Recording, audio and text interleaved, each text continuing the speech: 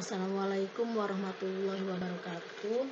Hari ini kita berjumpa lagi dalam mata kuliah Perekonomian Indonesia.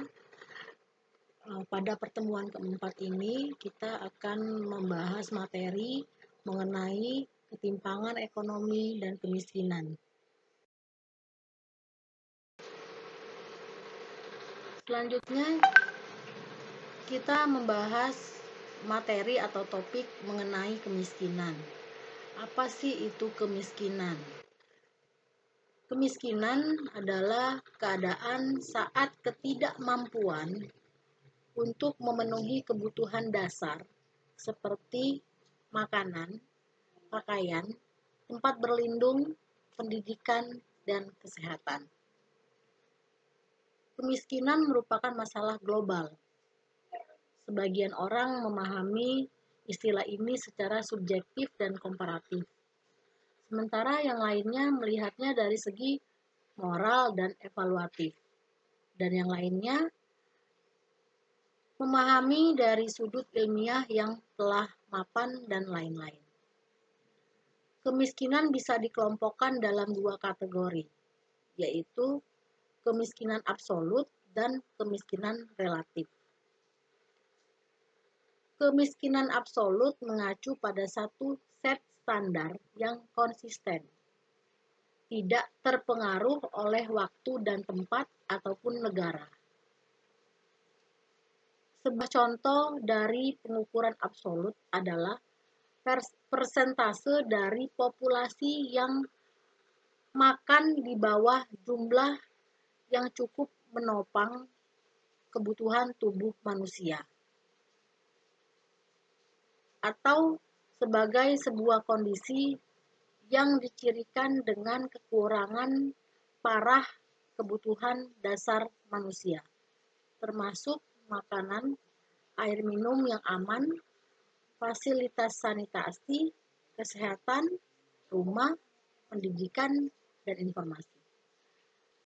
Adapun kemiskinan relatif merupakan kondisi miskin karena pengaruh kebijakan pembangunan yang belum mampu menjangkau seluruh lapisan masyarakat, sehingga menyebabkan ketimpangan distribusi pendapatan. Inilah pengertian dari kemiskinan.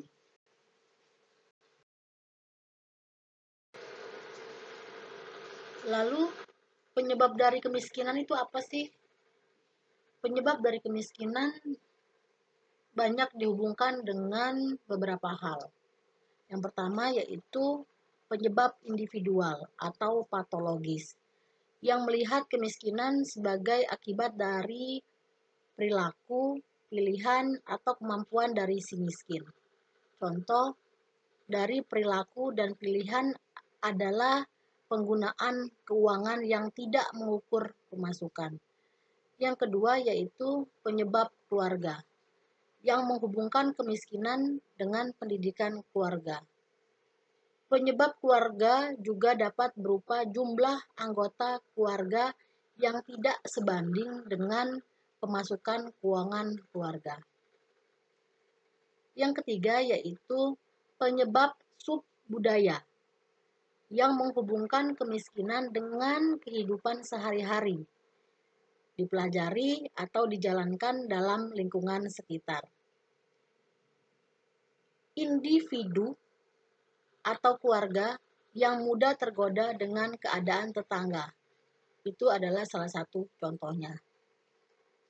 Penyebab yang berikutnya adalah penyebab agensi, yang melihat kemiskinan sebagai akibat dari aksi orang lain, termasuk perang, pemerintah, dan ekonomi.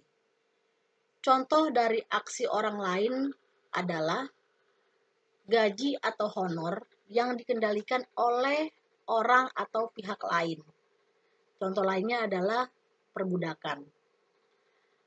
Penyebab berikutnya adalah penyebab struktural, yang memberikan alasan bahwa kemiskinan merupakan hasil dari struktur sosial. Meskipun diterima luas bahwa kemiskinan dan pengangguran adalah sebagai akibat dari kemalasan. Namun di Amerika Serikat yang merupakan negara terkaya per kapita di dunia,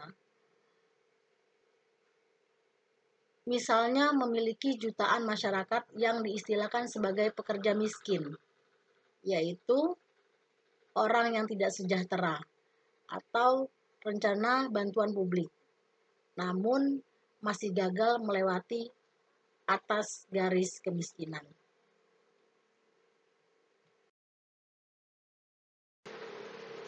Selanjutnya, bagaimana sih cara menghilangkan kemiskinan atau trik mengurangi kemiskinan? Yang pertama yaitu dengan bantuan kemiskinan atau membantu secara langsung kepada orang miskin. Kalau di Indonesia mungkin namanya BLT. Lalu yang kedua yaitu bantuan terhadap keadaan individu. Banyak macam kebijakan yang dijalankan untuk mengubah situasi orang miskin berdasarkan perorangan, termasuk hukuman, pendidikan, kerja sosial, pencarian kerja, dan lain-lain.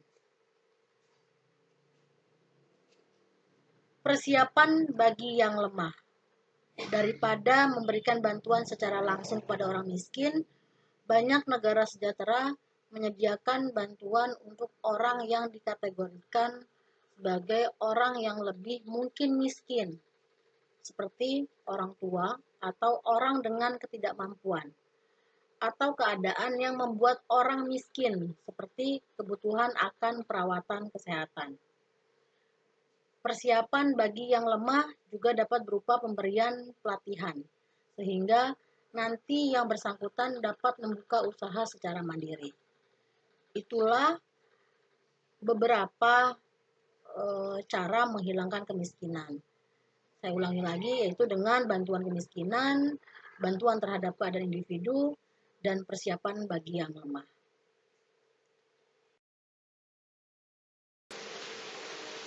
Selanjutnya, apa sih definisi dari ketimpangan ekonomi?